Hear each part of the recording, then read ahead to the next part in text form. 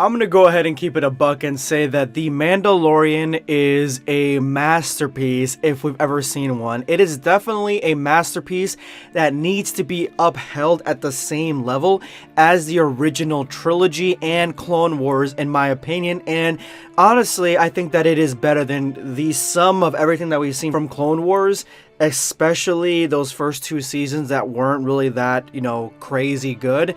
Yeah, The Mandalorian definitely trumps Clone Wars. It is better than the entirety of the sequel trilogy, and part of me just wants the sequel trilogy to just be gone, like it not exist anymore, and they would have held off to the point where we start seeing Disney Star Wars through The Mandalorian. Like if they would have only came out with a Rogue One story and also Han Solo, those would have been fine by me, and then gone with The Mandalorian and never done their own trilogy, because the contrast in quality between the sequel trilogy and The Mandalorian, it's unfathomable how much better and how well executed and how much love and how much respect The Mandalorian has garnered in the entirety of its run. Now, I haven't made any videos on this channel for this series at all, and I kind of wanted to start reviewing each episode, but I thought, you know what, for this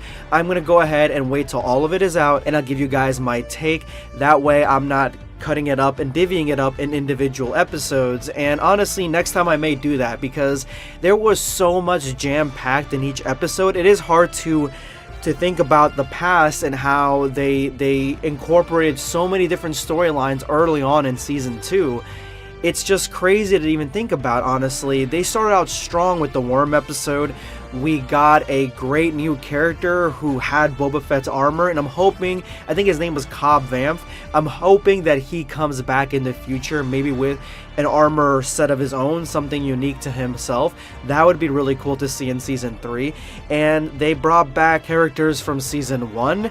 They brought back Boba Fett, who was played amazingly. The action scenes with old man Boba Fett were some of the best that I've ever seen. And they brought back the Clone Wars character. It is him from the Clone Wars, from Attack of the Clones, from the Revenge of the Sith, and from the Clone Wars series and Rebels. The exact same voice is there, and it just melds so well. You can tell that The Mandalorian is being made by a team that not only understands Star Wars, but they're huge Star Wars fans themselves, and they're putting a lot of passion and love, bringing things from the video games and Legends and the Old Republic, all these different things into one series to connect the dots, to bring everything together, something the sequel trilogy completely did not do, that they ignored the prequels and didn't even reference them. We have here a clone essentially in Boba Fett. This is how you bring back old characters, and they did that the best in the last finale episode. Now, the second season really pushes that father-son dynamic with Mando and the kid, something that they were developing a little bit in the first season, and the first season again was really great. They had a few episodes where it wasn't as great as I thought, but this one, every episode was a 10 out of 10 in my book. It was the best Star Wars that I've ever seen. And so with this relationship between the child and the Mandalorian all kind of coming together, it just brings us to a heart-wrenching finale episode where we finally get new plot lines being revealed. We get to see that they are making pickled Snokes. The Empire remnants are transforming into the First Order, and honestly, I would not be against, because I thought the First Order was kind of cool. I would not be against seeing the First Order in Season 3. We get to see Luke. Luke is back, the original Luke. His voice, I believe they probably used his face, but they CGI'd everything to make him look a lot younger, and they have him back. He's the one that Grogu calls out for, and this was by Ahsoka's direction. So Ahsoka doesn't seem to know anything about Luke, and so she may have missed all the things that were going on in the original trilogy, because she's on her own mission from Rebels, which I haven't caught up on, and the most that I've seen on Rebels, I really am not 100% for it, but I heard it gets better at the end.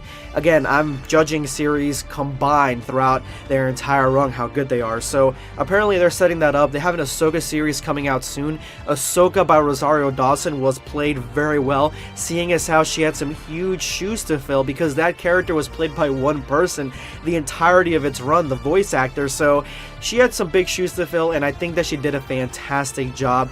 Everybody broke out all the stops. They did everything that they could to make this amazing. The Mandalorian character, he went from a character that was seldom showing his face to, we've seen his face now 3 times. Once to save Baby Yoda, and the other time to Baby Yoda because he's saying goodbye because Luke's taking him away. And that is how the season ends. Luke gets his own hallway scene at the end, guys. And we get to see badass Luke, the Luke that a lot of people wanted to see from The Last Jedi. We get to see him here. He is badass. He's not cut off from the Force. He is destroying these souped up death droids and using the Force in an unmitigated way. You can tell the difference between him and Ahsoka. The power scaling is there, and I honestly want to make a video about this, combining the two from that season of The Mandalorian, because their power scaling, that's like at their limit of what they are, it seems like. And they may show us more Luke, and they're definitely going to show us more Ahsoka. Honestly, I think that I want Luke very sparingly because he is going to be training Grogu. I am hoping that they do a time skip after season 2 and give us some time to develop what's going to happen next. You know, that's something that The Force Awakens didn't do. They jumped right into The Last Jedi. I think it would have been better served as a time skip where we would have seen Rey, you know, being trained by Luke. That would have been cool. I'm hoping they give Luke a time skip here where he is training not only Grogu, but Grogu and Ben Solo. Grogu didn't go off into the arms of somebody that can take care of him permanently. He went into the arms of somebody who, you know, himself is going to lose his whole Jedi class, and that's something that the sequels set up, and that's something that I don't hate. But the sequels themselves, man, The Mandalorian, if the next 2 seasons of The Mandalorian connect more tissue to those sequels and make them better, make them, you know, elevated, similar to how the Clone Wars did for the prequel series, they have some heavy loads to carry. I'm just saying. The Mandalorian is a masterpiece of Star Wars, and let me know your comments. Let me know what you guys think of the entirety of the series, and I would like to hear your top 10 Star Wars rankings. Let me know which ones are in your top 10 or how you rank them. This is going to be Sunscape signing off. Take care, guys.